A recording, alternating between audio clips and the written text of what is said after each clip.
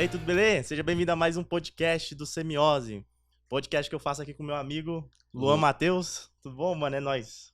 Salve, salve, galera. Mais um episódio aqui. E hoje temos um convidado especial para falar sobre empreendedorismo, design, tecnologia, marketing. Já teve agência de marketing? Quem que é, David? E educação também, né? Educação. Que é o César. É César ou você prefere Cés? Cara, eu acabo usando mais César, mas me chama de César porque a gente tá em casa também. Então, é o César Michelin, que é líder do time de educação da Digital House. Pô, cara, prazer, obrigado por estar aqui.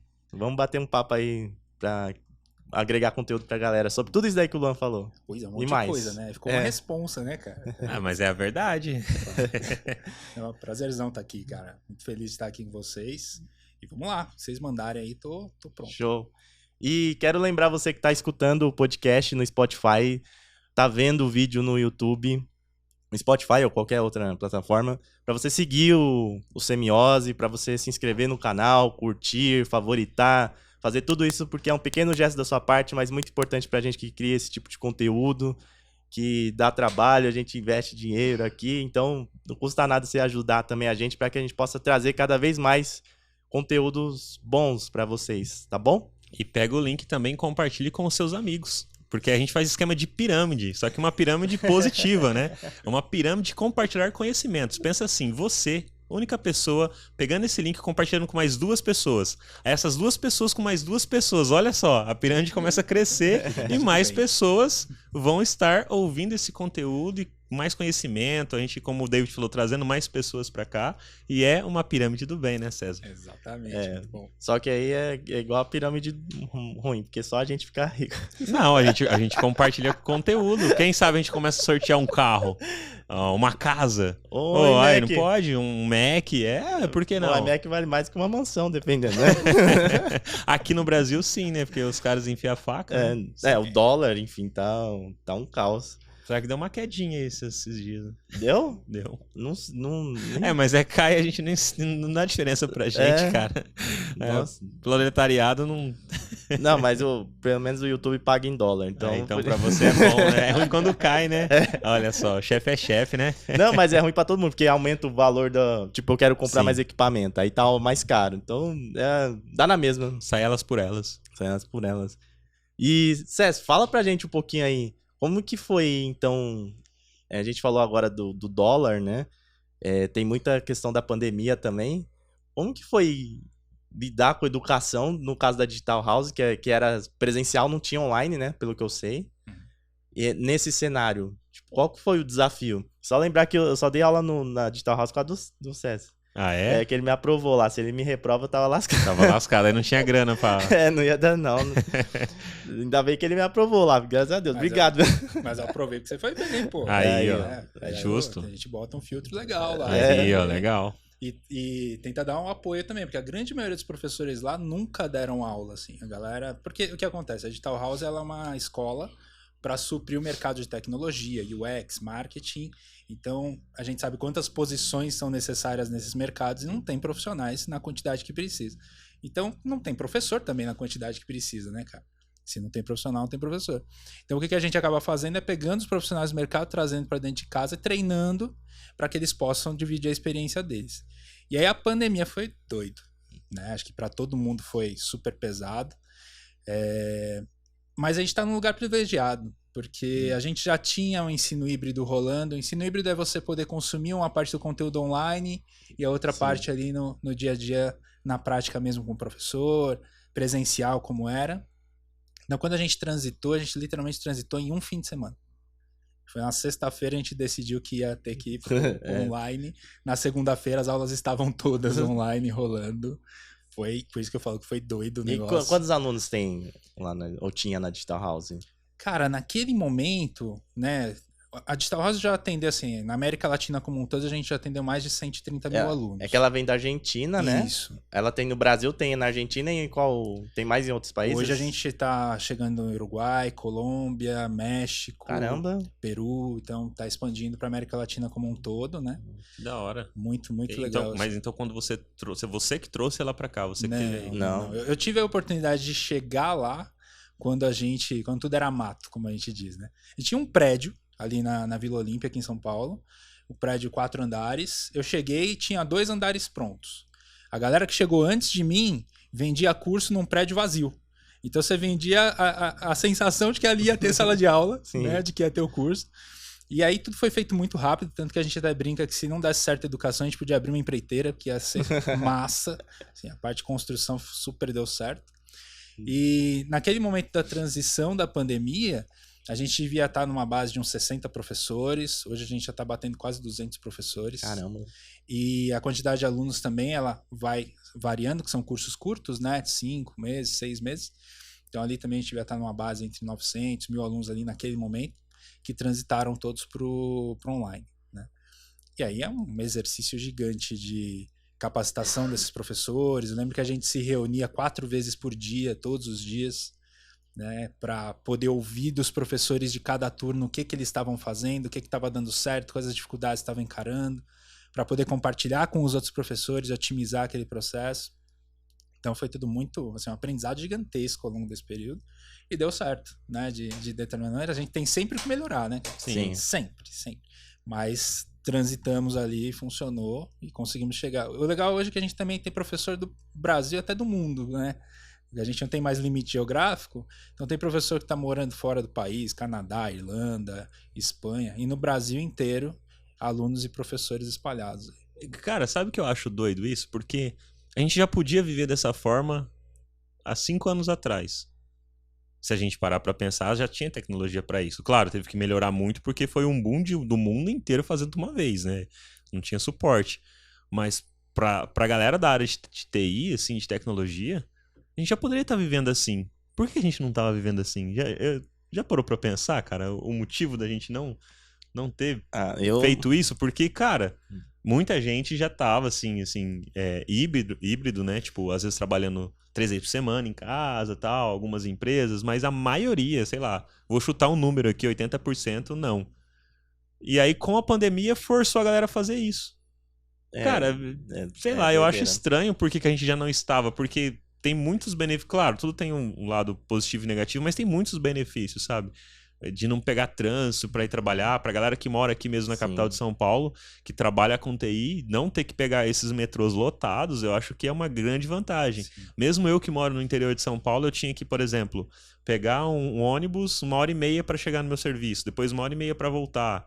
Tipo, teve uma época da minha vida que eu trabalhei 6 anos e meio fazendo isso, ou seja, eu perdi 3 horas todos os dias, de segunda a sexta, da minha vida. Eu não falo que eu perdi totalmente, porque eu fiz muita amizade, muito network, troquei bastante conhecimento com a galera, ouvi bastante podcast, sabe? Tipo, fui consumindo de alguma forma, aproveitando o meu tempo. Não era a melhor forma, tipo, de eu estar ali utilizando essas 3 horas, mas foi a melhor forma dentro do possível que tinha ali. Eu fiz o melhor com o que tinha do momento.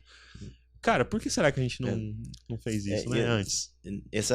Às vezes eu vou dar palestra, eu brinco assim, que fala, por que você empreende? Eu falei, porque eu não quero mais pegar metrô. Não queria mais pegar metrô. Porque eu sou da Zona Leste ali, Itaquera, pegava a linha vermelha, e de São Paulo sabe que é tenso, né? Então, esse tempo que você falou aí, eu demorava. Eu trabalhei na Faria Lima ali, pô, não tinha metrô na época que eu trabalhei. Aí, pô, descia na Engabaú, pegar ônibus, já teve dia que eu saí do trampo 5 da tarde, cheguei em casa às 10. Nossa, mano. Porque choveu, sabe? Aquela coisa, choveu e tal, aí...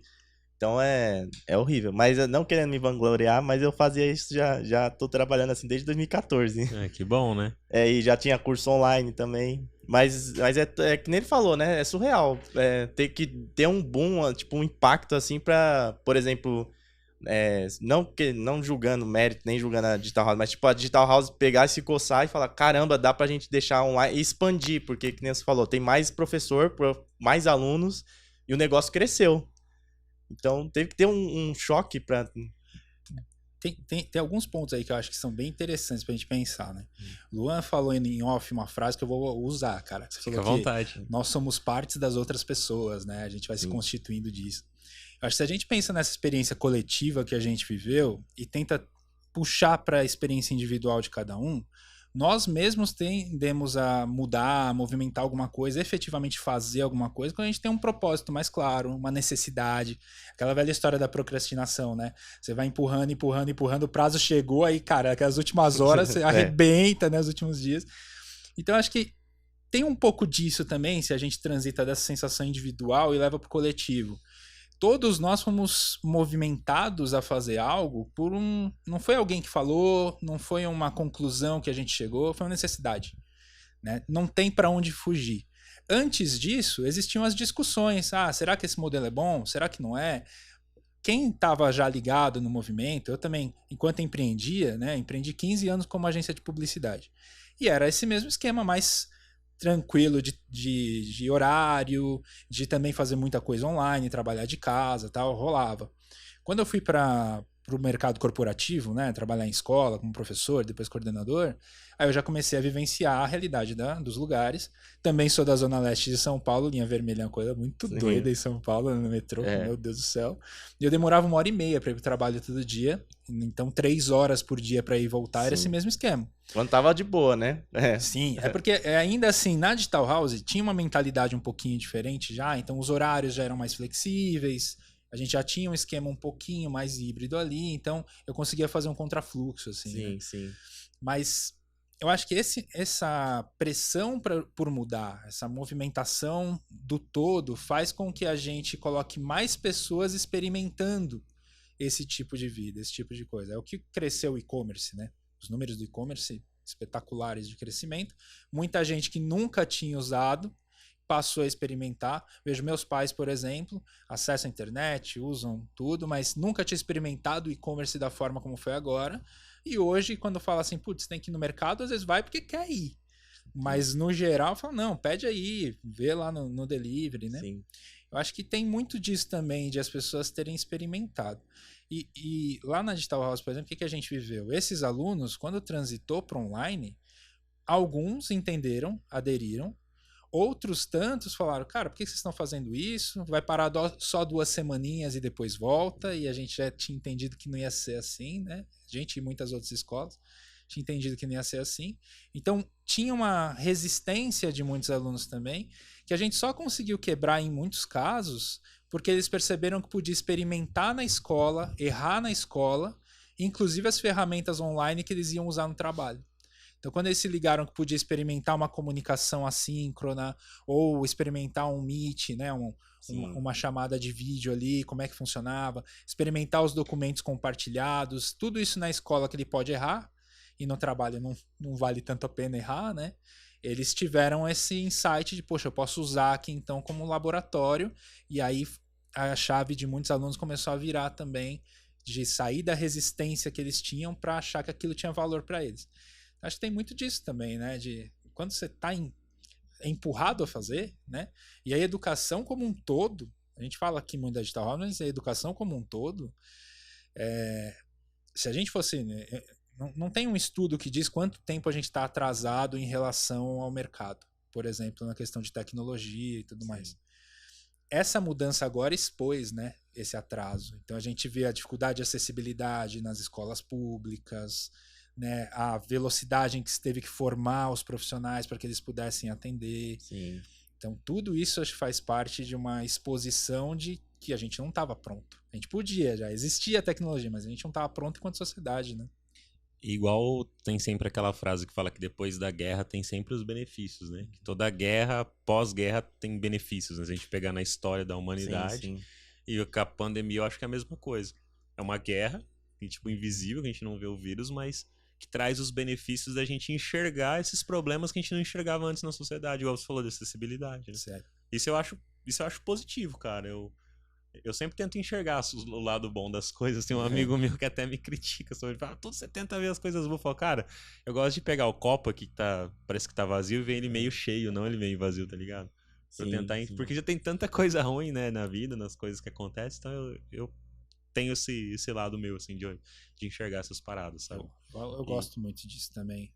Eu tento ser assim em tudo que eu faço. A gente tem que tomar cuidado para não ser não entrar na chamada positividade tóxica que as Aí é pessoas ruim, chamam, né? é zoado. Mas aí é outra coisa, né? Isso é você positivo. fechar os olhos pro que tá Pra acontecendo, não ver que né? tem algum problema. Não, tem um problema, vamos tentar resolver, né? Seria aquela Isso aí. pessoa que tá pegando fogo, não, tá tudo Não, bem, aí seria não, né? isso? Né?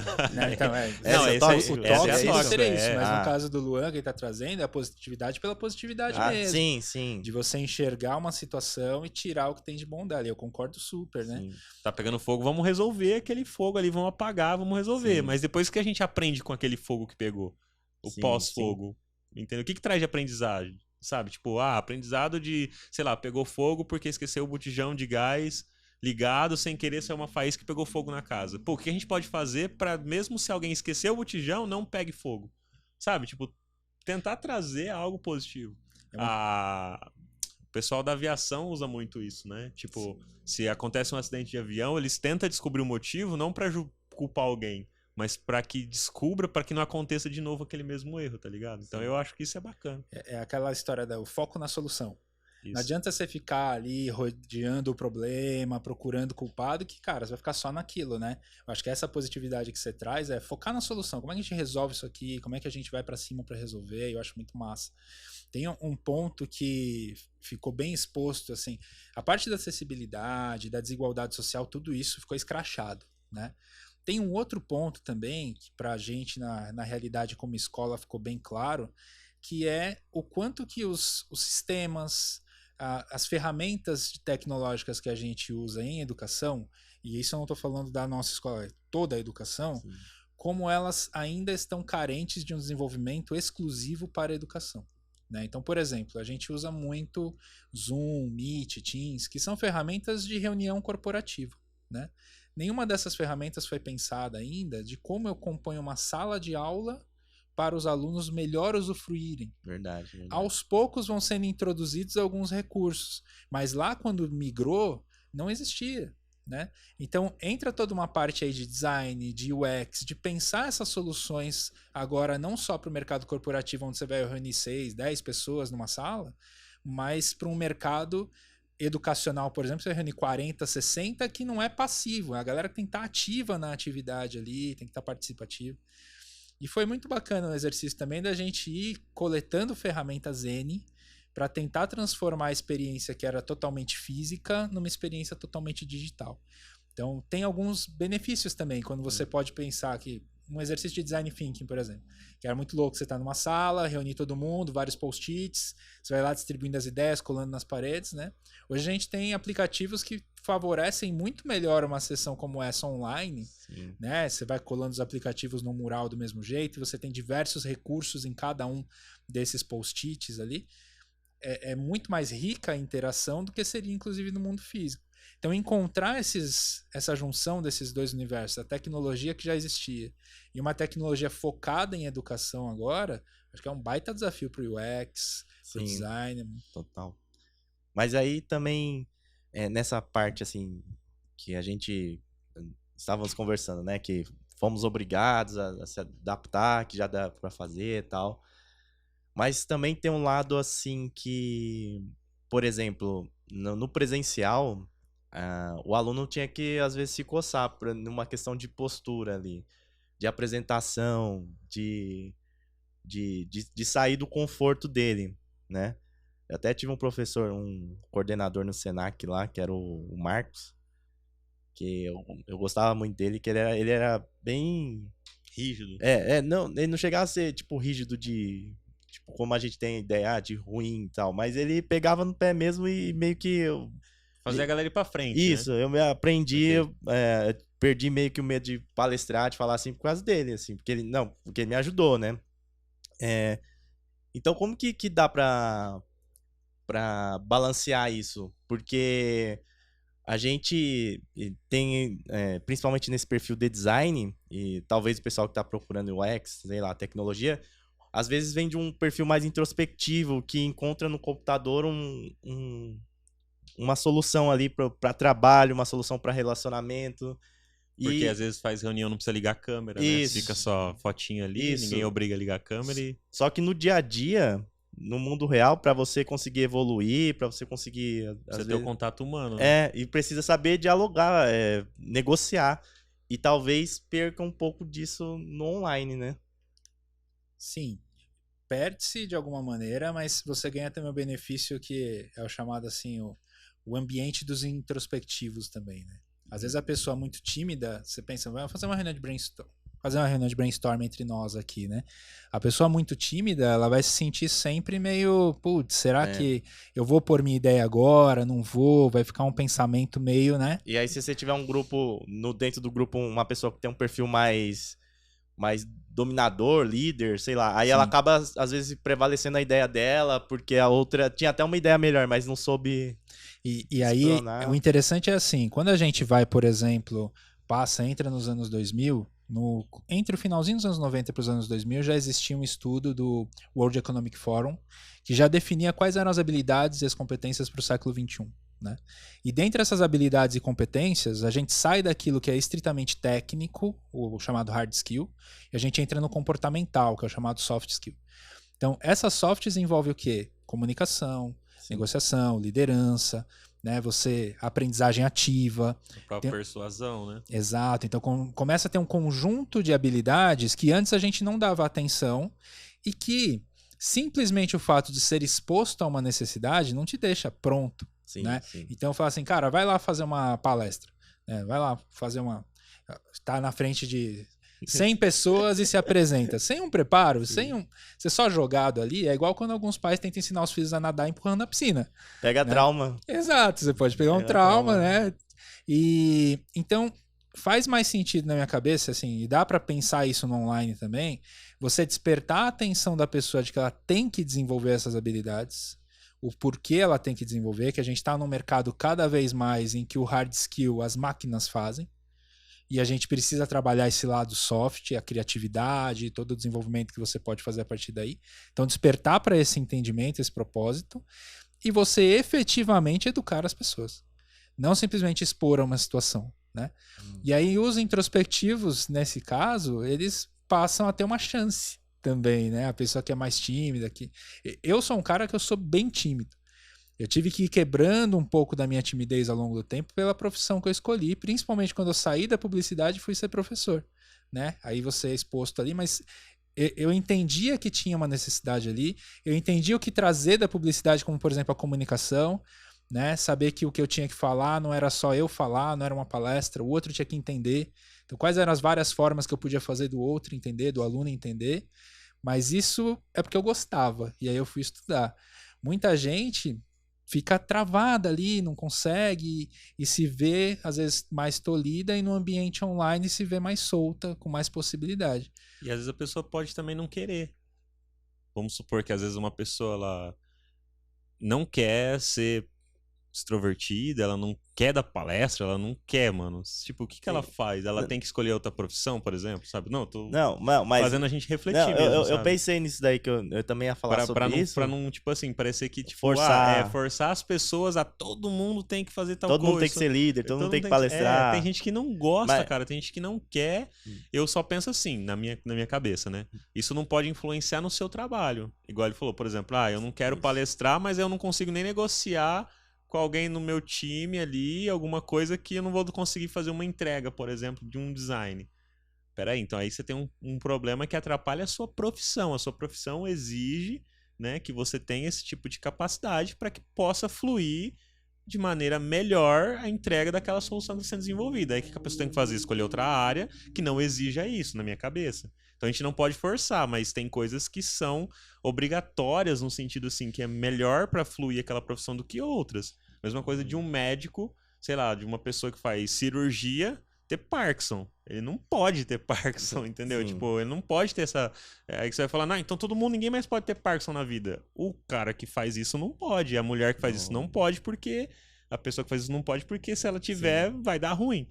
Entende? Então eu acho que aí a pessoa tem que procurar outra profissão que se adeque para aquilo que ela não quer fazer. Essa é a minha visão. Não sei se é uma forma correta, mas eu penso dessa forma, entende? Porque tem muitas pessoas que eu vejo na área de design que não gostam, sabe? Realmente mas as expor, pessoas, elas têm que pensar nesse quesito de soft skill, que não é só para palestrar, não é só para dar aula. É que nem você afirmou agora.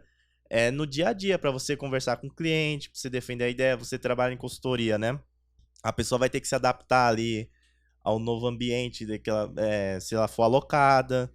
Então, o pessoal confunde, né? Tipo, se você não quer ser líder, você não quer palestrar, tudo bem, mas isso não anula você tentar melhorar seu relacionamento, sua comunicação, porque vai ser proveitoso no seu trabalho, no seu dia a dia, né?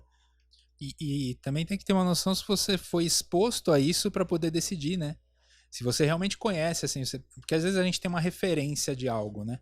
Eu falo lá para os professores na escola, como eles nunca deram aula, a referência às vezes dele é que um professor é uma pessoa que entra numa sala, fala alguma coisa e sai. E o professor é muito mais que isso, né? Toda a parte de planejamento, de estudo, de avaliação, todo o contexto que tem além daquela pequena amostra que você tem. Então, às vezes você fala assim, puxa, eu não quero palestrar, né? Mas tem tanta coisa que envolve o palestrar, além do estar exposto ali naquele momento falando com as pessoas, que talvez você queira aquele outro universo, entender a comunicação, entender aquele processo, e aí sim você pode usar em outros momentos, né, da sua carreira. Então, acho que se ao longo do tempo a gente não necessariamente foi exposto o suficiente a essas situações para a gente poder, inclusive, decidir gosto ou não gosto. Né? Às vezes a gente nem sabe o que é aquilo, na verdade, né? Mas aí é a pessoa que tem que se expor ou é assim, que tem que procurar isso ou tem um déficit, uma deficiência assim do próprio mercado, de não incentivo, sei lá, na educação, na escola? Se a gente for buscar historicamente, a escola nunca teve isso como foco. Nunca. Tem um cara que eu adoro, apesar de ele já ter nos deixado, né, nesse plano aqui, mas é o Ken Robinson, né? E toda a vida acadêmica dele foi pautada em entender como as escolas matavam a criatividade. E ele tem algumas histórias fantásticas que exemplificam isso. Tipo, se vocês puderem, eu posso contar uma historinha aqui. Sim. Conta aí. Que tinha uma menina, por exemplo, ele conta isso num dos TED Talks dele. Tinha uma menina que ela tava mal na escola, não tava funcionando, não tava dando certo, né? E aí a mãe dela leva ela até um psicólogo para entender isso lá nas décadas de 40, coisa assim. Leva até um psicólogo para entender como é que ela podia se desenvolver na escola, porque ela não conseguia, ela não prestava atenção, não tinha como. E o psicólogo conversa com ela ali um tempo e pede para a mãe para sair da sala um pouco para falar com ela e deixar a menina sozinha ali. Só que quando ele tá saindo, ele liga o rádio e sai os dois e deixa a menina. Poucos segundos depois eles entreabrem a porta e a menina tá dançando, né? Automaticamente ali. O que acontece é que essa menina tinha uma expressão corporal, que essa menina tinha uma inteligência espacial que a escola não valorizava. O mercado acabou valorizando. Ela se tornou, inclusive, presidente da maior companhia de dança da Europa. Que louco. Mas na escola, essa habilidade não servia para nada, digamos assim, no que a escola propunha, né? Hoje já existem estudos, por exemplo, tem um cara chamado Howard Gardner, é um psicólogo que estuda as múltiplas inteligências. Então hoje você já consegue considerar, por exemplo, que o Messi tem uma inteligência que talvez a escola não valorize no português, no caso dele, né, no espanhol, mas na linguagem e na matemática, por exemplo, eu não sei se ele vai super bem. Mas alguém aqui tem alguma dúvida de que naquele espaço ali, a inteligência espacial que ele tem, existe? Sim. Existe. Raciocínio, então, rápido, né? E movimento. Então hoje a escola começa a olhar para isso a partir dessas provocações que foram acontecendo. E aí esses contextos de soft skills que a gente estava falando começam a entrar também numa área em que faz sentido você entregar isso desde o ambiente acadêmico, escolar. Então, ainda existe, a gente já está numa transição, ainda existe o buscar muito por conta, né? Mesmo lá na DH, que a gente trabalha muito a parte de carreira, a parte de desenvolvimento profissional, a gente oferece isso. Mas é por esse entendimento de que o mercado precisa. E muitos alunos aderem, outros tantos ainda não entenderam que isso é importante. Então existe ainda a busca particular, porque não está inserido dentro do contexto da escola, mas está mudando, com a BNCC nova também está sendo inserido, né, que é a Base Nacional Curricular, está sendo inserido dentro das escolas, mas a gente está exatamente no momento de transição, pelo menos é como eu vejo. Caramba. Assim, imagina o tanto de pessoas, de talentos, né, que sofreram e não conseguiram, às vezes, ter um êxito, assim, alguma colocação que elas poderiam ter por causa de tal situação, né? Eu Surreal. fico pensando, tipo, quando eu era criança, eu tentei. Tipo, tem gente que pergunta, você é alto, você não jogou basquete, você não foi jogador de basquete, ou jogador de vôlei, sabe? Porque Sim. eu tenho 1,90 de altura. Vôlei eu não tentei, mas eu tentei basquete, assim, tipo, num futebol, andar de skate, karatê, capoeira. Cara, eu tentei Eita, fazer pô. tentei fazer várias coisas, mas parece que eu não tinha um estímulo, sabe? Alguma parada. Talvez eu até poderia me dar bem em algum deles. Mas eu não tinha, quando criança, um estímulo ali pra fazer aquela parada. Só que olha que louco, já o computador foi uma parada que eu olhei quando eu tava na segunda série, eu lembro até hoje, de frente pra escola que eu estudava, chamava Lídia Silva a escola, e de frente, na época, tinha a Microlins. Isso eu tinha 8 anos, em 98 isso foi. E aí eu olhava os computadores, cara, tipo, eu ficava, tipo, fascinado. Eu olhava aqui e falava, nossa, eu quero mexer com um negócio desse e tal. Tipo, dentro de mim eu pensava, sabe? E sabe, naquela época era muito caro um computador, mano. Eu lembro que minha mãe às vezes ia na casa de alguém que ela conhecia, assim, que tinha mais grana e tinha um computador. Eu sempre queria pôr a mão, sabe? Eu pedia pra mexer, deixa eu ver e tal. E aí eu lembro que quando eu ganhei um curso da Microlins, ganhei, né, entre aspas, que você tinha que... Eles ia nas escolas, assim, sorteava, você Sim, falava que ganhava, mas tinha que pagar um negócio lá, né? Mas mesmo assim, ajudava um pouco, né? Eu comecei a fazer isso em 2002, aí eu comecei a estudar. E eu não tinha computador.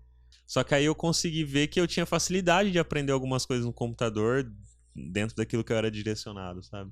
Isso foi bacana pra mim. Eu me encontrei no computador, sabe? Mas porque era uma paixão que eu tive antes, sabe? Até tem gente que me pergunta no Instagram, tal, você faz algum outro esporte além da musculação? Que hoje eu faço musculação. Falo, cara, tentei, mas nenhum deu certo.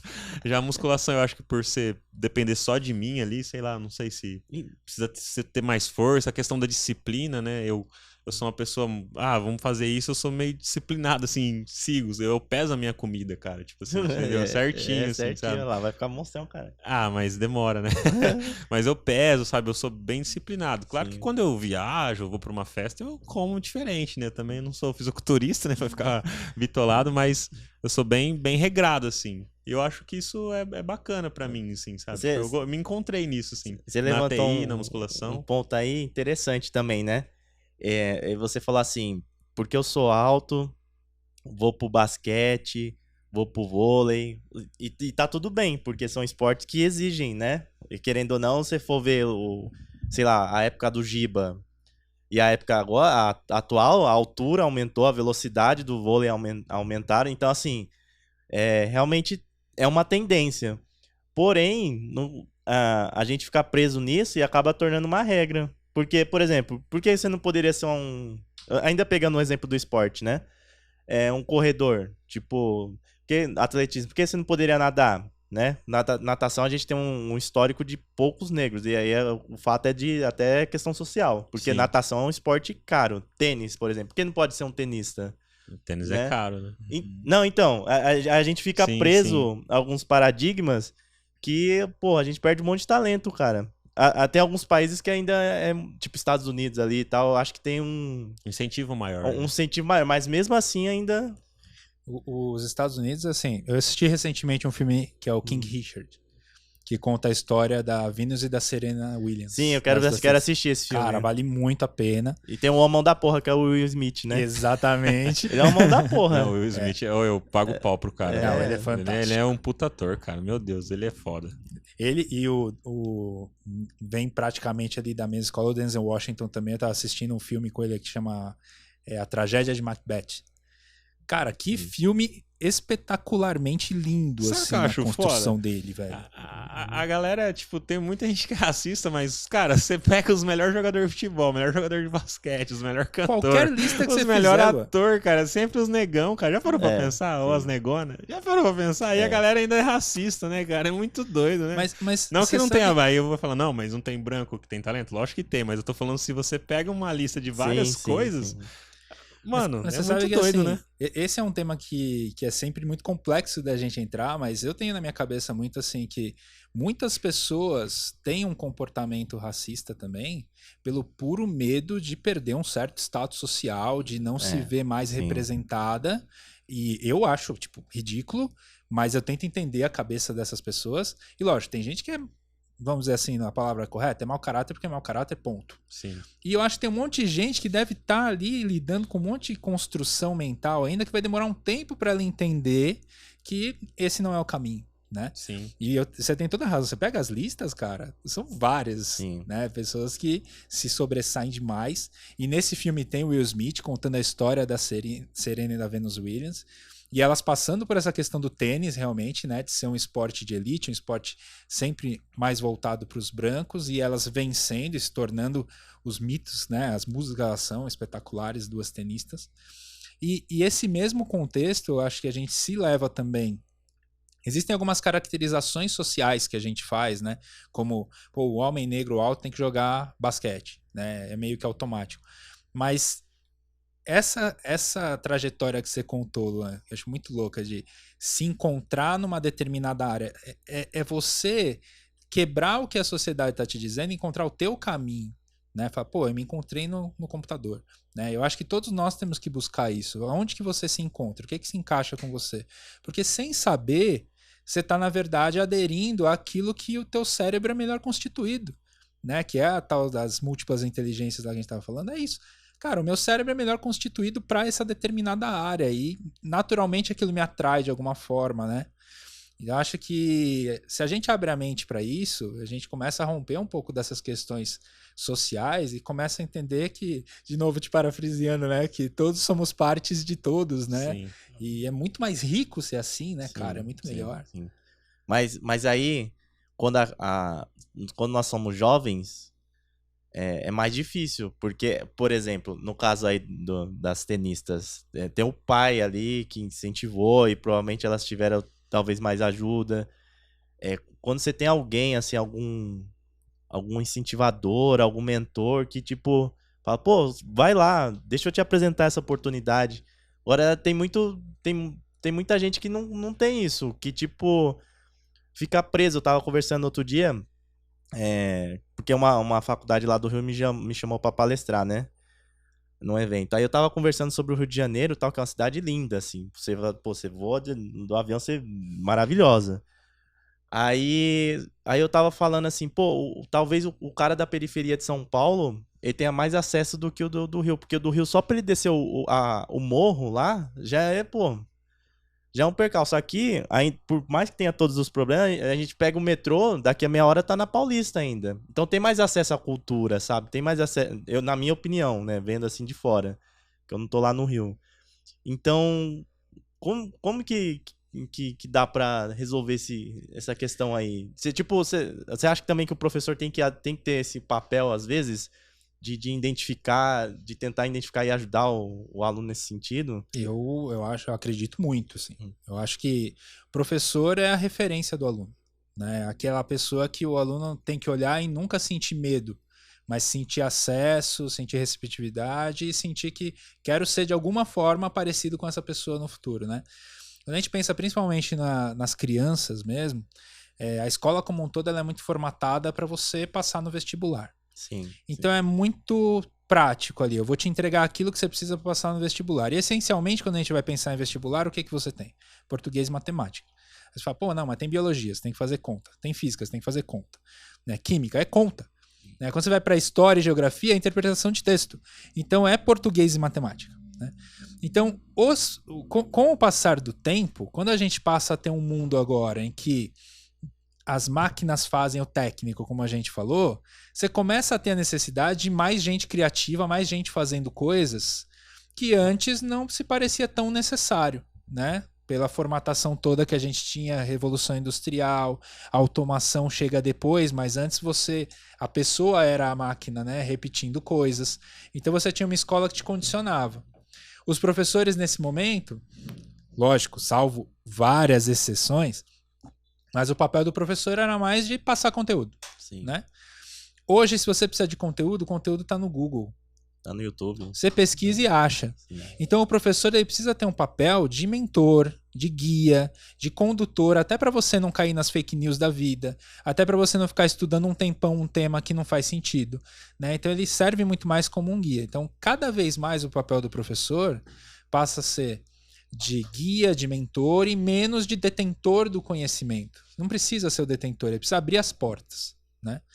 E aí eu penso muito comigo sempre isso, que aprender é a primeira habilidade que você precisa para destravar todas as outras, né? E quem te oferece essa possibilidade de você aprender a aprender são os professores, né? E quando eu falo professores, não precisa ser só os profissionais. A coisa que o Buriti falou, lembra? Que a gente tem que aprender a aprender. Sim. Cara, isso é muito doido, né? Não, é fundamental, assim. Para mim é isso, assim. É a habilidade que destrava todo o restante, né? Então, se você aprende a aprender, tudo que você quiser aderir, absorver, você consegue, né? E o professor pode proporcionar isso, seja ele um professor, digamos, profissional mesmo ali no dia a dia, seja a gente assumindo o papel de professor em outros momentos da vida também.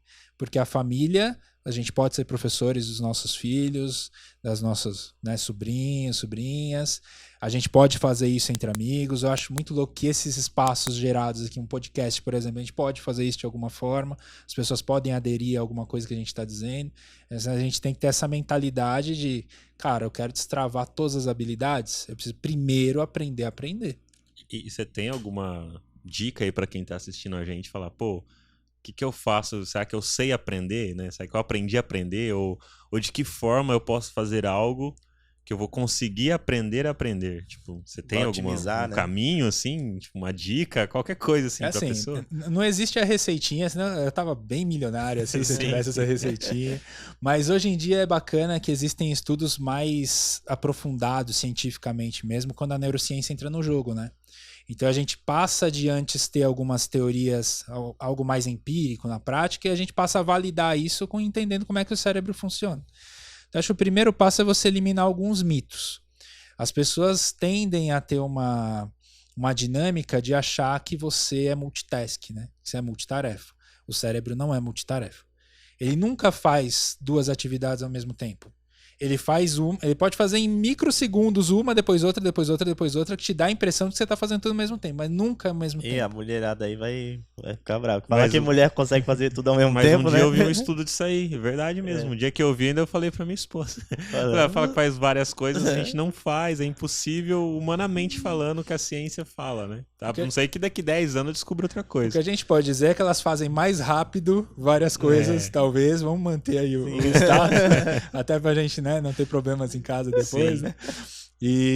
Mas a gente tem essa tendência de achar que a gente faz várias coisas ao mesmo tempo, né? E isso acaba atrapalhando muito quando a gente quer aprender alguma coisa, né? Você quer ganhar velocidade, você quer pegar tudo muito ao mesmo tempo ali e você não cumpre pequenas etapas. Então o primeiro passo do aprender a aprender é ter essa noção. Eu preciso ter esse passo a passo muito claro. Eu gosto muito de uma frase do Kung Fu, eu também fui para outros esportes, assim, né? Tentou também? Ou você manteve, deu certo? Ah, cara, eu também fui igual você. Assim, fui, tipo, não rolou tanto, mas eu fiquei um bom tempinho ali. E era o Kung Fu Garra de Águia, né? E um dos juramentos do Kung Fu Garra de Águia, o segundo juramento, eu me comprometo a galgar um a um os degraus do conhecimento. Então, isso eu acho muito importante a gente ter a noção de que o nosso cérebro ele não é multitarefa, de que a gente precisa respeitar um tempo para aprender as coisas e não querer, então, consumir tudo de uma vez, para você estar lá na frente já e achar que você aprendeu. Quando que você cai nesse erro, né? Quando, por exemplo, você fala assim, eu vou assistir, por exemplo, pode ser uma aula, né, no YouTube, qualquer coisa assim, eu vou assistir. Você assiste aquela aula completa, você não pausou em nenhum momento, você não anotou nada sobre aquilo, você não construiu nada a partir daquilo e você acha que aprendeu. Na verdade, você meramente memorizou algumas coisas ali. Você ficou ali, 30 minutos assistindo, você foi impactado por aquilo, você memorizou algumas coisas, 3 horas depois, grande parte daquilo já se perdeu, você não aprendeu. Então, se você quer aprender, você precisa quebrar em pequenos bloquinhos e até para o papel mesmo, que tem um outro tipo de relação que você faz, sair do digital e ir para o papel, para construir as suas ideias, o seu entendimento daquilo, mas de pequenos bloquinhos. E o mais importante, na verdade talvez sejam duas coisas, né? A primeira é você ter utilidade para aquilo. Qual o propósito de você estar aprendendo aquilo? Lembra que a gente falou da pandemia, que nos forçou a fazer algo? Sim. Se você não tem um propósito para aprender aquilo, é mais difícil, né? Então, se você já tem uma utilidade muito prática para aquilo, você tende a aprender mais. E a segunda coisa é você efetivamente experimentar. Né? O tal do aprender fazendo é botar a mão na massa mesmo, experimentar. Então, puxa, eu consumi num pequeno bloquinho, eu fiz as minhas interpretações daquilo, eu tenho um porquê para utilizar, eu uso. Eu faço uso daquilo. Essa sequência tende a nos deixar muito mais apto a aprender as coisas do que em outras formas que sejam mais contemplativas, que eu só absorvo, escuto, mas não uso, né? Tento absorver um montão de coisa ao mesmo tempo. Aí é mais complicado. Não é uma receitinha, mas é uma ideia. Essa questão de tentar absorver muito conteúdo, a gente vive nesse problema, né? Porque Hoje tá assim, né? na nossa área de tecnologia, pô, saiu.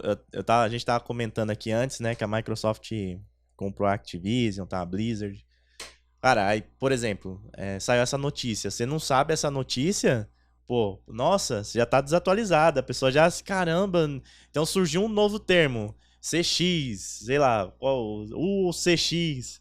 O cara não sabe, puta, que eu não vou conseguir colocação. Aí o outro fala, você não sabe? Você, né? Você tá pra trás, né, irmão? Você tá pra trás. Aí, tipo, já usa na reunião, cara, caramba, o que ele tá utilizando na reunião? O outro, nossa, hein, isso daí é pica, isso daí tá... Então a gente vive numa pressão assim que é surreal, cara. Ah, cara, eu tento ficar de boa, cara. Tem podcast mesmo que eu gravo esses dias... Tem um podcast que eu gravei e a pessoa falou um lance de espinha de peixe, uma metodologia, eu falo, não sei nem o que é. E não sei mesmo, cara, porque, tipo, eu não fui ver ainda o que é, porque já é tanta coisa às vezes e, tipo, pode ser uma parada muito massa de eu ver e aprender, que talvez vou utilizar, mas calma, tem outras coisas que tá na fila, sabe? Então eu tento deixar na fila e ir fazendo ali meta por meta, sabe? Porque senão, igual você falou, fica uma pressão tão grande, sabe? De ter que fazer, de deixar a gente ansiosa, entendeu? Eu acho que a gente tem que sempre correr atrás, eu sempre bato nessa tecla de correr atrás. Mas saber ponderar. Porque eu já fui muito doido, eu já falei aqui, né? Que tipo, eu já fui de trampar, tipo, sábado, domingo, correr atrás o tempo todo. E hoje eu tento equilibrar mais. Até porque, pô, hoje eu tenho família, tenho uma filha, tudo. Então, busco dar atenção pra isso também, sabe? E tem um lance também, cara, que é assim. Existe a diferença do que é informação e do que é aprendizado, né? Então, às vezes, você pode estar super bem informado. Você tá, cara, tô ali na crista da onda, sei todas as notícias que estão acontecendo, sei o nome de todas as novas teorias e tal, beleza. Só que isso é meramente informação. Dificilmente você vai conseguir pegar uma teoria que você ouviu aqui com uma outra situação que você ouviu ali e juntar uma coisa na outra, sabe? E tirar algo novo a partir dali. Porque o aprendizado, na verdade, é isso. O nosso cérebro ele vai absorvendo essas informações o tempo todo. Muitas coisas ficam na chamada memória RAM, digamos assim, sim, né? Que é a memória temporária ali.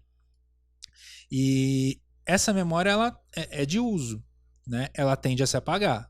Aquilo que fica na tua memória profunda, que efetivamente você vai guardar, o teu cérebro aos poucos, conforme você vai botando mais coisas, vai criando caminhos para chegar nessa informação. Sim.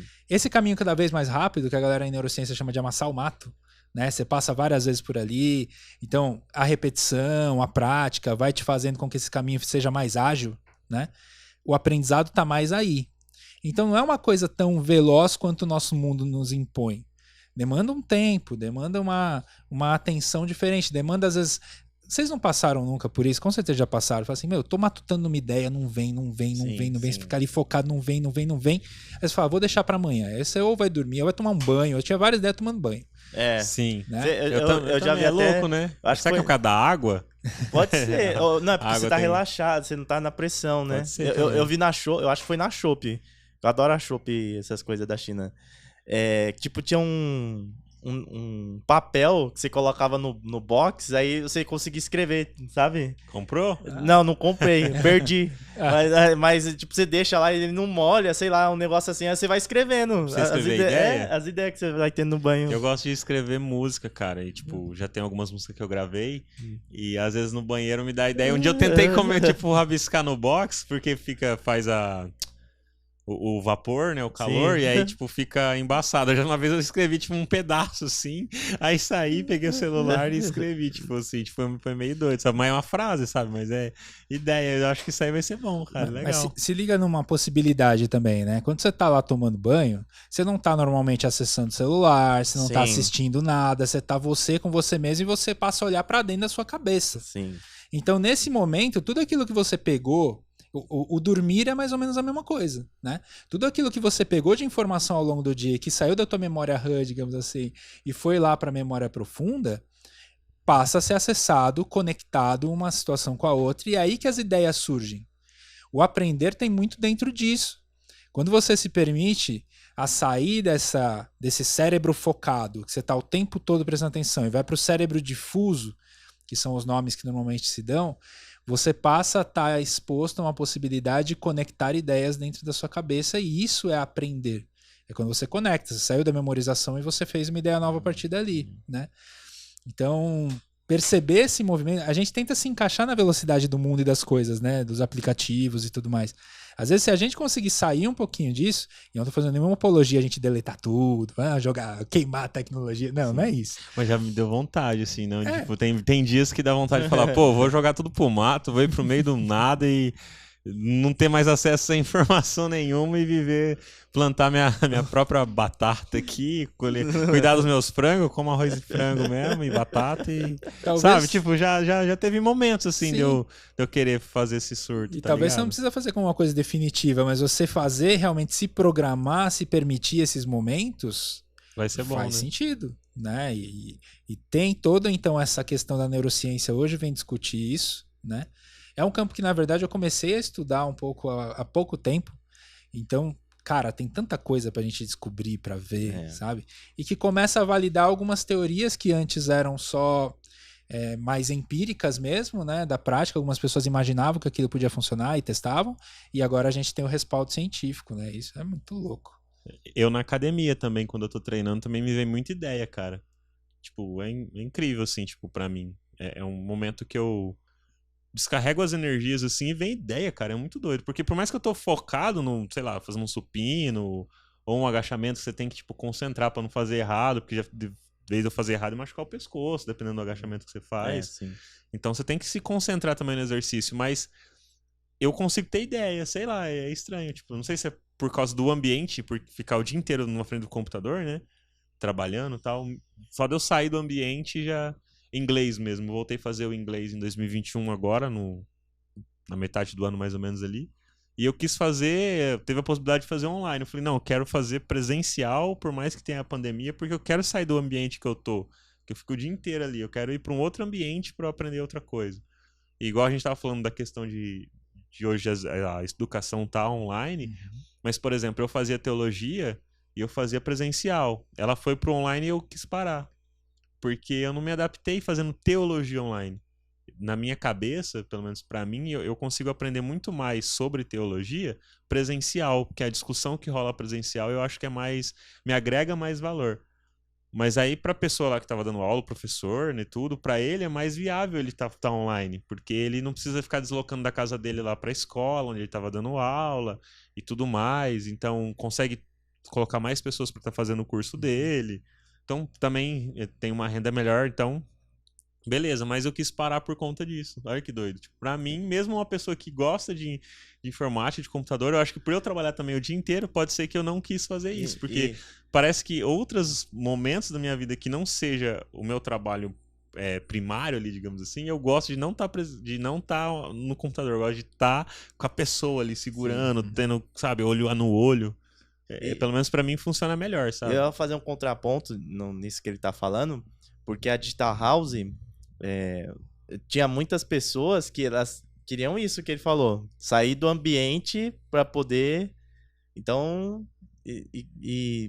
tipo, com online perdeu, né? É outro desafio, cara. Porque já tinha, por exemplo, a Digital House tinha curso de UX. O curso de UX já tinha muito online, né? Tinha muito curso online, mas tinha uma galera que realmente queria ir presencial mesmo, né? Tem alguns pontos aí que são interessantes da gente refletir. Primeiro que sempre você vai ter perfis diferentes de pessoas, você vai acabar ganhando algo e perdendo algo. Então, vamos pensar que essa experiência presencial, do estar ali conectado com as outras pessoas, né, é um lance até meio tátil, né, de você estar sensorial, se perdeu. O benefício, por outro lado, é pessoas que não teriam esse acesso naturalmente, agora têm acesso ao conteúdo e à informação. Hoje a gente, por exemplo, atende mais de 60% dos alunos são de fora de São Paulo. Né? E antes a gente tinha essa limitação. Sim. Agora, outro ponto interessante também é que eu entendo que precisa existir uma busca da gente criar de alguma forma essa experiência sensorial, mais tátil, né? Materializada mesmo, a gente tentar criar isso no universo digital, de alguma maneira. Agora tem o lance do metaverso chegando, acho que tudo isso vai ser muito mais discutido agora. Mas um exemplo existe a diferença entre o EAD e o remoto. O EAD é eu estudo sozinho no meu tempo, só eu consumo tal. Sim. Isso é uma situação. Existe o remoto, que é como se a gente estivesse aqui, porém online, fazendo essa discussão. Então quando se fala EAD, é aquele, tipo, tem as aulas lá, você consome. Quando você precisa participar em um determinado horário, é aula, só que é remoto. Essa é a definição. Isso. E aí, quando a gente tem, por exemplo, na proposta da escola e outras também, existe o híbrido, que você tem um momento em que você faz o consumo sozinho e você tem um momento junto. Entendi. Né? Eu pensava que o híbrido se referia só online ou presencial.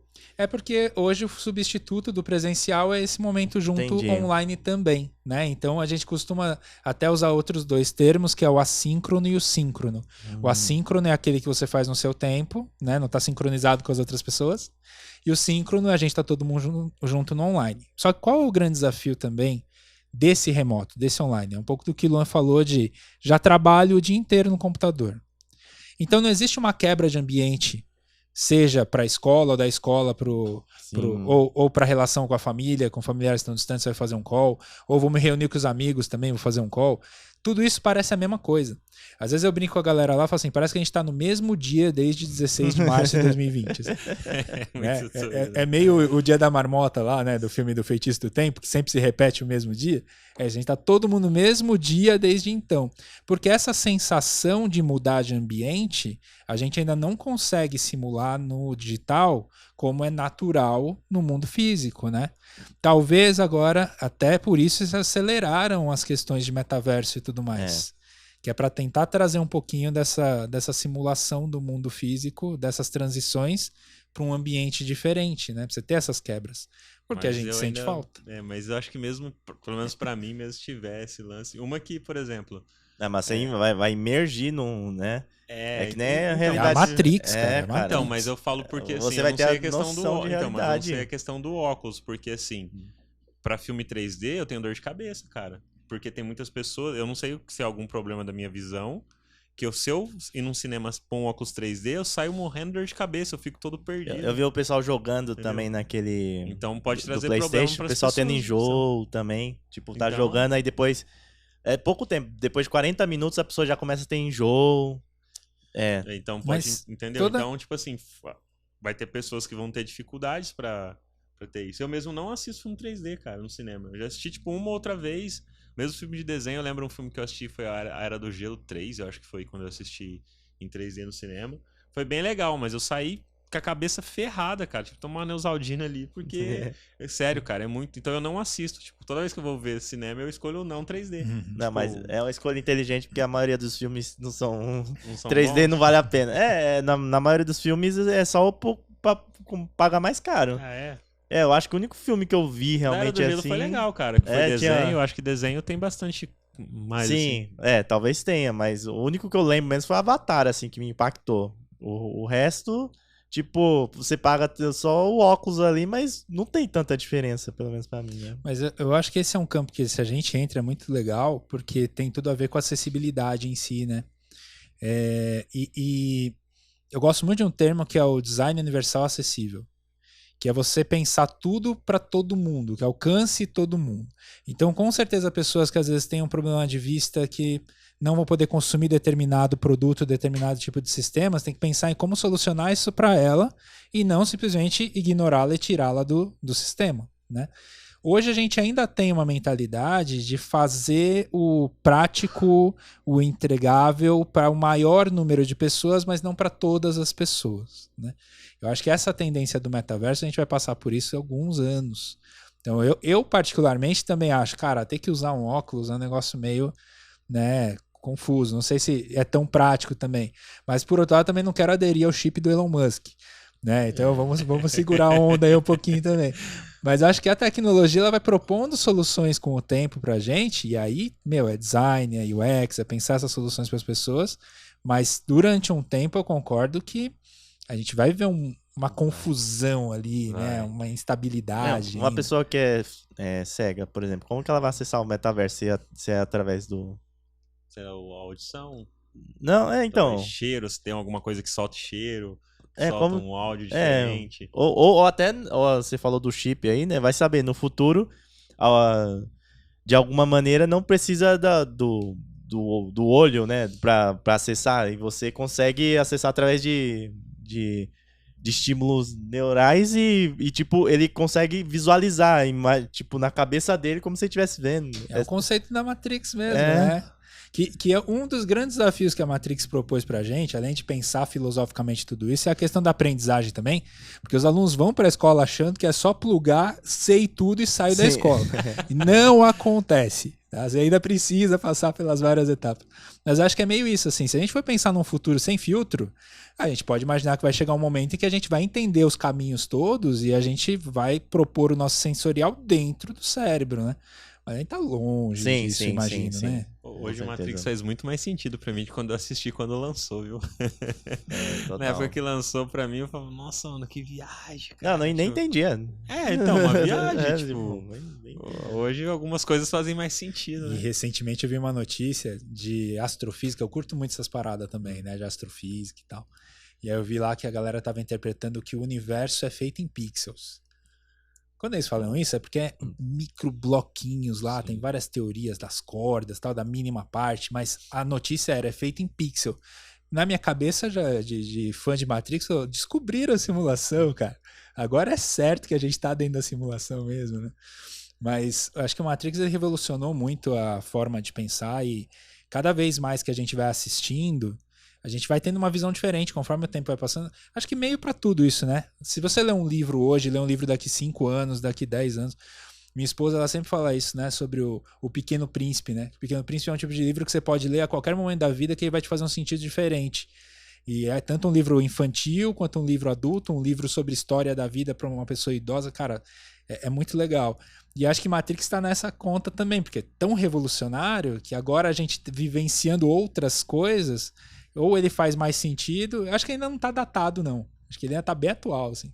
E algumas coisas vão fazendo sentido que antes não faziam tanto. Né? E que doido, né? Foi lançado há quantos anos atrás, cara? 2000? Ele é de 99. 99. Olha né? aí, cara. E, meu... 99 eu não tinha acesso a computador. Ainda. Eu também não. Não tinha. É que vocês são jovens. Eu que sou um pouco mais velho, eu vivenciei o Matrix. Foi um negócio muito louco na hora que aconteceu, assim. Foi espetacular. Eu sei que revolucionou a indústria dos filmes. Os efeitos que eles colocaram também. revolucionou. Eu lembro isso, eu tenho na memória. E tem um outro mão da porra lá, que é o... Qual que é o nome do ator? O Keanu Reeves. Que é um outro mão da porra. Tem o Lawrence Fishburne também, que é espetacular. Sim. Mas o Matrix, além dos efeitos especiais, que sim, foram super revolucionários, eu lembro de estudar na faculdade de publicidade. No estudo de comunicação, a gente estudava o Matrix, porque todo o conceito de semiótica, de simulacro, tá tudo inserido ali, né? Tudo isso dá para você usar ele como base para estudar tudo isso. E hoje eu inclusive uso o Matrix ainda para falar sobre aprendizagem com os professores, tanto a questão de storytelling, mas principalmente a questão referencial, né? Se você for distribuindo ali, fosse fazer uma referência bibliográfica do Matrix, cara, é extensíssima, né? Todas as referências que ele vai buscar em tantos lugares. E o Matrix, recentemente eles lançaram uma prévia de um game, eu não lembro qual que é o nome da tecnologia, né? É Unreal... Putz, você fugiu agora. Eu acho que é por aí. Que tipo é um game, assim, uma prévia assim, do game pra mostrar a tecnologia. É surreal, cara. A questão gráfica, nossa, é surreal o nível que a gente tá chegando, assim. Isso eu acho legal. E aí eles utilizaram o Matrix como exemplo, né? Muito legal mesmo. Bom, ô Cés, fala um pouco aí dos seus projetos. O que é esse Prof Talks aqui que eu tô vendo? Prof Talks. É profeta? É de prof. Pode ser. Você sabe Já qual pensou? que é o Podia objetivo lançar do um profeta? perfil, profeta do UX. Aí, Ó, ganhe 10 mil em um mês. Seja sênior em 3. tem vários desses, hein? Porra, nossa. Não com esse nome, mas tem vários desses. Talvez isso é o que a galera às vezes mais, sei lá, não a galera mais busca, mas talvez essa é a maior dificuldade de você como alguém que está envolvido com a educação sente que é um problema com os alunos que chegam lá na Digital House, por exemplo, tipo, sei lá, eles vão lá, fazem um curso, pagam um valor, aí não consegue entrar num trampo, acha que volta, a culpa é da escola. Eu fiz o curso aí, sei lá, paguei não sei quantos mil e agora eu não consigo entrar no mercado de trabalho. A culpa é de vocês aí, ó. Não sei quem fiz o curso lá e não... Sei lá, não sei, eu tô chutando uma ideia aqui. Você tá chutando bem, é só o timing, dá pra piorar um pouquinho isso. Caramba!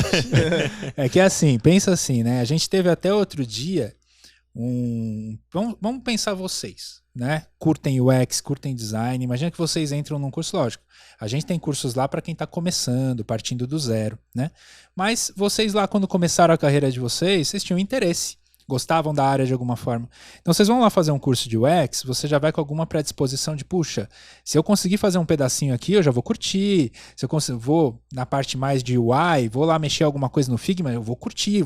Né? Você se empolga com cada avanço que você tem. Porque você está indo por gosto, por vontade. Só que a gente recebe um grande número de alunos que eles têm uma necessidade urgente de trabalho. Né? Eles vislumbram que esse mercado, UX, programação, marketing, é um mercado que realmente precisa de muita gente, é um mercado bem com uma projeção muito grande, então, às vezes a pessoa não tem nada a ver com essa área e ela quer fazer o curso. E é um investimento, às vezes, que a pessoa faz, que é dar ali, é quase que um all-in, tipo, aposta tudo, coloca um dinheiro Exato. que realmente ela não, às vezes não tem, parcela, né, pede emprestado, trabalha para realmente colocar as fichas nisso, né? E a gente recebe esses alunos porque a gente tem uma dinâmica, uma metodologia para que eles possam aprender desde o zero. Mas aí por que eu falei, né, que no caso é até pior do que essa sensação? Porque a cada instante dentro do curso essa ansiedade vai pegando o aluno. Então não precisa completar para ele ter a sensação de não vai ser para mim, eu não vou conseguir. Ele faz isso na terceira aula. Caramba! Na quarta aula, na quinta aula. Isso no curso que você tá falando de meses, né? Sim, De exato. meses. Porque aquilo é muito, muito significativo para ele. O tempo todo ele está calculando, será que eu investi certo? Será que eu investi certo? Isso é difícil porque isso vai contaminar a aprendizagem dele também. Vai deixar ele menos confiante, vai deixar uma pessoa mais insegura. Isso vai causar um conjunto de coisas ali a serem também resolvidas que elas não são o caminho feliz, digamos assim. Sim. Só que é interessante também que faz a gente refletir, né? Enquanto escola, a gente, quando se depara com uma situação como essa, o foco na solução, né? A gente não pode simplesmente falar assim, puxa vida, né? Olha o que está acontecendo e que pena. Não, né, cara? Você vai pensar, como é que eu resolvo? Como é que eu faço essa pessoa ter uma condução dentro do meu curso, uma condução dentro da minha escola que resolve esses problemas para ela de alguma forma? Então, boa parte das discussões que a gente tem hoje em dia estão pautadas nisso. Como a gente consegue passar para esse aluno que tem uma necessidade tão forte, uma ansiedade tão grande, que ele vai ter confiança no curso, confiança no processo, e que não adianta só a gente mostrar os números. Se a gente mostra nossos números de empregabilidade, número por número, racionalmente, fala, cara, tá beleza, tô tranquilo. A gente bate sempre 93, 95, 97% de empregabilidade. Caramba! Porque a galera que vai fazer, inclusive, um curso que a gente tem parado lá, que é de carreiras, que é totalmente gratuito e embutido. Então você começa o curso, além de fazer o tradicional, sei lá, escolhi UX, escolhi Full Stack, ao mesmo tempo você já tem toda a trilha de carreira que vai te preparar se é o teu intuito, né? Bacana isso aí. É bem bacana. Mas então a gente agora precisa entender também como é que a gente vai mitigando essas outras dores que o aluno traz, que é um aluno, digamos assim, não é que é novo, mas ele está se tornando muito mais comum, né, em quantidade de pessoas vindo com essa necessidade maior de velocidade. Os cursos lá da Digital House, qual que é o carro-chefe lá? É UX mesmo ou tem... Não, os cursos de programação, eles, assim, em volume, né, são os que têm maior saída. mas o curso de marketing digital é muito forte, de UX é muito forte, os de dados também são muito fortes, tanto o Analytics quanto o Science, né? E o forte mesmo, assim, da metodologia como um todo é entender, e até o que a gente precisa sempre falar para os alunos, aquela questão do propósito, né? Que é entender que ele é intensivaço, assim. Você vai chegar e você vai receber um montão de conteúdo, você vai ter que se dedicar bastante, mas, cara, são 6 meses, né? De uma outra maneira, a gente podia distribuir, diluir esse conteúdo aí ao longo de 2, 4 anos, e beleza. Então a gente tem essa postura de ter esses cursos rápidos. Em programação existe um outro curso, esse sim, um pouco mais longo, porém ele também tem muito mais coisas, né? Então vai muito da dinâmica do que é que o aluno quer. Ele quer algo rápido e que ele consiga ingressar no mercado. Ele quer algo que seja um pouco mais prolongado, que é o Certified Tech Developer, mas também ele já tem uma entrada no mercado razoavelmente rápida ali, depois de um ano ele já consegue se inserir. São essas Mas propostas. se a pessoa não tiver o background de tecnologia ali, você acha que ela sai pra trás? Não, para trás eu acho que não é o termo. A gente tem, em todos os cursos, a gente tem um processo de, digamos assim, de nivelamento, né? De tentar deixar todo mundo mais ou menos com a mesma consciência do que ela vai ter que fazer. Quando eu dei aula lá, eu lembro que a sala era bem heterogênea. Tipo, tinha senhor e tinha jovem. Então, teoricamente, né? Talvez seja até meio preconceituoso, assim, mas teoricamente o senhor tem menos bagagem que o jovem ali de tecnologia. Isso. Então, é por isso que eu pensei. A pessoa, tipo, chega lá, ela vê, assim, mercado de tecnologia, tá pagando bem, toda hora eu vejo notícia, tem vaga, vou lá, só que eu não tenho nenhum background. Mas aí, olha que interessante, né? O que você falou. Olha como a gente tem uma concepção, às vezes, não sei nem como é que a gente constrói isso, mas a gente tem a questão dos nativos digitais. Né, que são as pessoas ali, geração Z, que já estão conectadas o tempo todo. Nasceram com a internet Nasceram também, com a internet. Se você fizer, provavelmente, um desafio de velocidade de uso de ferramenta tecnológica, é provável que o jovem ganhe do mais velho. Agora, e a parte estratégica da tecnologia? E a parte do racional por trás da tecnologia, da entrega? Porque eu uso o que eu uso, né? Exatamente. Às vezes a experiência do senhor ali ou da senhora, da pessoa que é mais velha, sabe aquilo para que ela vai usar. Às vezes a galera mais nova tem essa dificuldade de entender, mas eu uso onde isso, sabe? E qual foi o repertório dela que ela trouxe da experiência profissional, de todo o conteúdo que ela já aprendeu, de outras matérias na vida. Então, quando a gente tem uma sala que é tão heterogênea, o bacana é a gente conseguir fomentar a troca entre os alunos. Eu não sei se você lembra, mas uma das coisas que a gente sempre fala para os professores é que o professor ele tem que promover o diálogo entre os alunos. Além de você ser ali... tinha até alguns exercícios, tipo, vocês incentivavam alguma hora lá, que tinha que fazer algo assim. Porque a gente tem que ser um fomentador da discussão, né? Você não tem que trazer nada pronto, assim. Já começa que isso é interessante. Sempre que a gente pensa até em escrita, storytelling e tudo mais, se você vai comunicar algo para alguém, é muito mais interessante que a gente comunique o 2 mais 2 do que o 4. Né? Então, se a gente vai conversar aqui, é legal eu falar, cara, pensa no 2 mais 2, que aí você está construindo. Se eu falar, pensa no 4, eu só passei a informação e está pronta.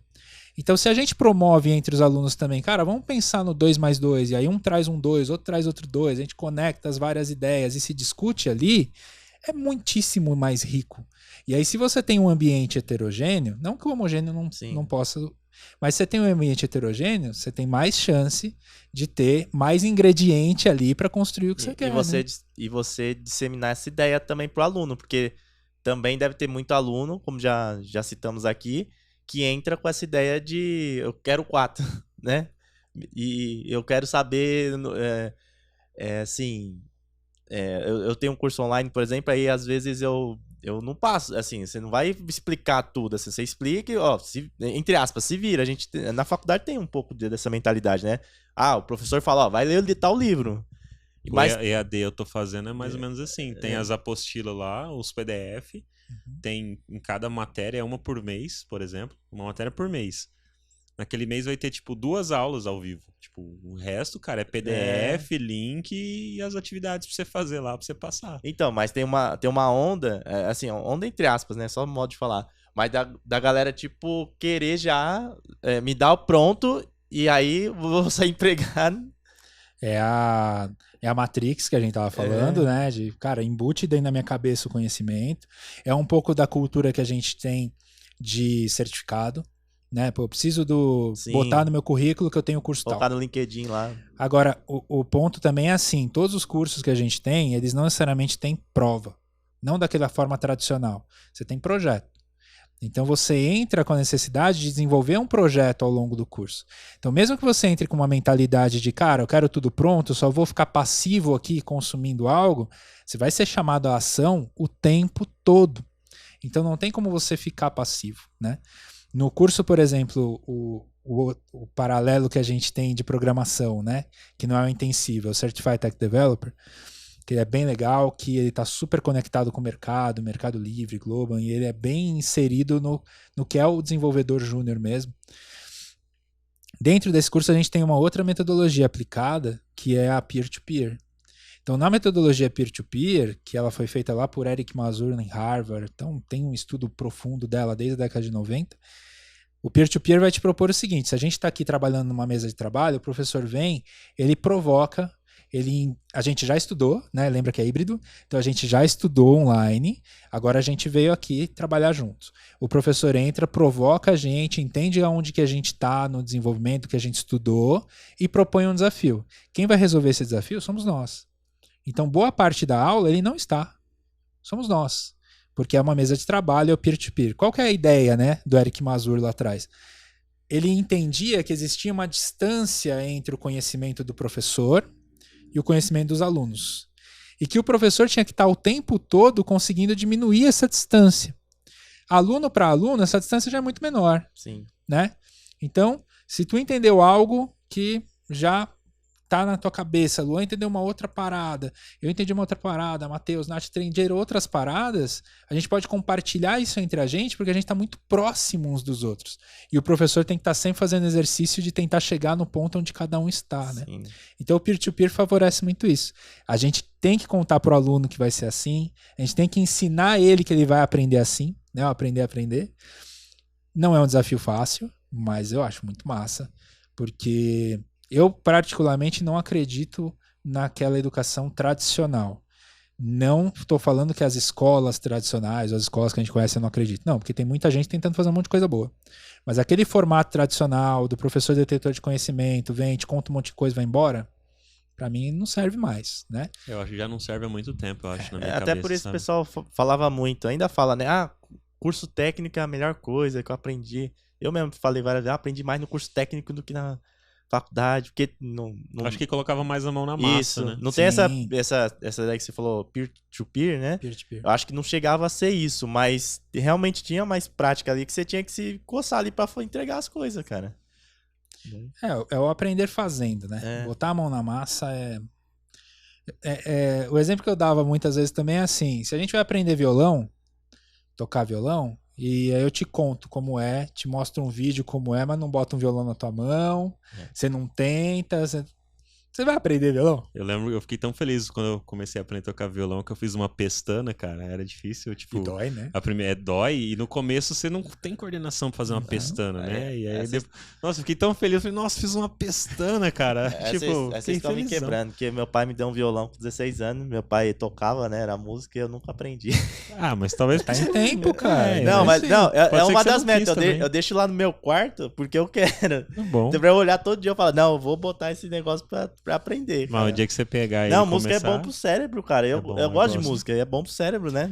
É ótimo. E eu acabei não falando do Prof Talks, né? Que você perguntou. Sim, sim. O Prof Talks foi uma iniciativa que eu propus, que é assim, eu converso com muitos professores há bastante tempo, né? Dentro da escola e tal.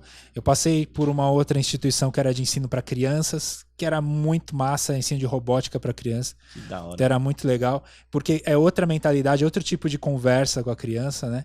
Lembro que era um uniforme verde que a gente usava. Aí eu e a Nath, que é a minha esposa, ela trabalhava lá também, a gente ia, era o tio Hulk e a tia Rúcula, né? Porque era para brincar com as crianças lá e tal. E tem um outro tipo de comunicação que você tem ali. Então, ali eu já conversava com alguns professores sobre esse tipo de aspecto, na Digital House com outro nível de conteúdo e de entrega, porque é um ensino profissionalizante para adultos. E aí eu comecei a sentir falta de conversar mais, de divulgar mais essas ideias que a gente está batendo um papo aqui, né? Consumo bastante coisa, tem um montão de gente falando sobre isso, e eu senti falta de expressar um pouquinho disso também. Então eu criei um Instagram sem pretensão, né? E lá eu vou compartilhando metodologias, ideias, conversas. Tô me inspirando em querer fazer um podcast em algum momento também, legal. né? Então já fazer, tô tendo legal. a experiência aqui com vocês que tá super massa. Mas é mais nesse sentido de tentar criar o diálogo, sabe? Que mais pessoas estejam falando sobre esses aspectos, que a gente possa encontrar mais pessoas dispostas que às vezes estão guardando para si essa fala, toda esse olhar para essa tendência da educação, que a gente possa fomentar mais a partir dali. Então, por enquanto, tá sem pretensão nenhuma, além dessa de promover o diálogos. Como que é o Instagram pra galera seguir? É o @Profitalks. Profitalks. Como se fosse pode ser o profeta alguma coisa, mas eu acho melhor pegar como TED Talks, Sim. Profitalks, aí é uma conversa entre professores. Legal. César, obrigado pelo papo. A gente já tá há mais de 1 hora, mano, trocando ideia. E você vê que flui legal, né? Passou Tipo, quando o rápido. assunto é da hora. E com certeza a gente vai te chamar outros momentos aí pra fazer parte aqui do Semiose com a gente.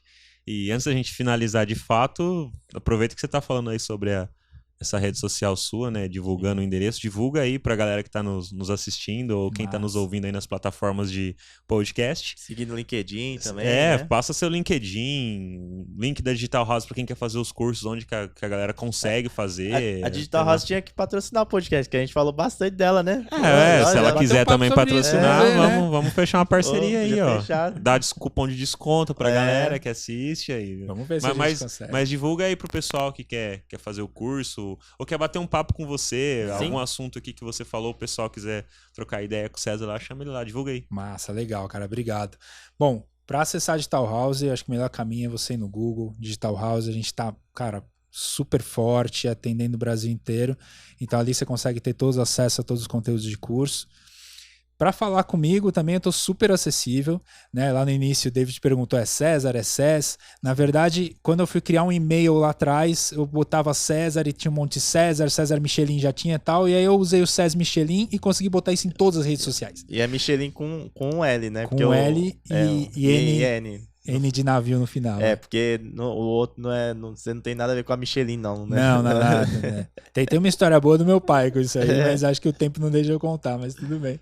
Depois alguém me pergunta lá no LinkedIn como é que foi. Mas me acessa como @CesMichelin, né? Tudo junto no LinkedIn, Instagram, acha em todos. E o Profitalks, como eu falei, tá no Instagram também, @Profitalks. E, cara, tô super aberto a bater um papo com todo mundo. Quem quiser conectar lá, só mandar mensagem à vontade, sem segredo. E adorei falar com vocês aqui hoje, foi muito bom. Obrigado mesmo, o tempo passou super rápido mesmo, acho que foi gostosa a conversa. Obrigado a gente pela disposição. Faltou alguma coisa que a gente esqueceu de perguntar, que você gostaria de falar? Uma coisinha rápida ou não? Cara, não sei, é pegadinha isso? Eu tinha que Não, saber não, alguma coisa? Não é que ele tá com esse costume agora de todo convidado, ele pergunta no final. Você já assistiu Provocações? Já. Eu gostava muito da Bujan, ele fazia essa pergunta. Porque às vezes a gente esquece. Às vezes a pessoa quer falar, tipo, pô, eu gostaria que você tivesse perguntado. Tal coisa.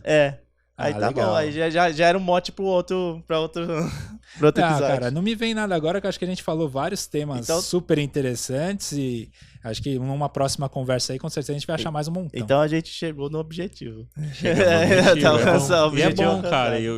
Cara, realmente passa muito rápido fazer isso aqui, cara. E é gostoso, assim. E esse lance de quero mais, né? De querer continuar, mostra que a gente tá no caminho, cara. Eu tô felizão, cara. Assim, foi um papo super legal, vários assuntos da hora aí. Obrigado. Valeu mesmo pela disposição de estar aqui. E obrigado quem assistiu, você que tá assistindo, que tá ouvindo o podcast. Não se esqueça de seguir o Semiose no Instagram, de seguir a gente no Spotify, onde você estiver consumindo esse conteúdo. Você pode seguir também a gente, eu e o Luan, né? Eu tenho o Tiff, o Luan tem o Papo de UX. Enfim, siga a gente para vocês saberem também mais novidades. Tem um Semiose no Instagram também, tá? Então pode seguir lá, Semiose Podcast no Instagram, para dar aquela moral, para que a gente possa trazer mais conteúdos para vocês. Beleza? Obrigado. E é isso daí. Então não se esqueça da Pirâmide do Bem. Pega o link e compartilha. Da Pirâmide do Bem. Pirâmide do Bem. Não se esqueça disso. Compartilha o link aí com a galera. Valeu e até o próximo. Valeu.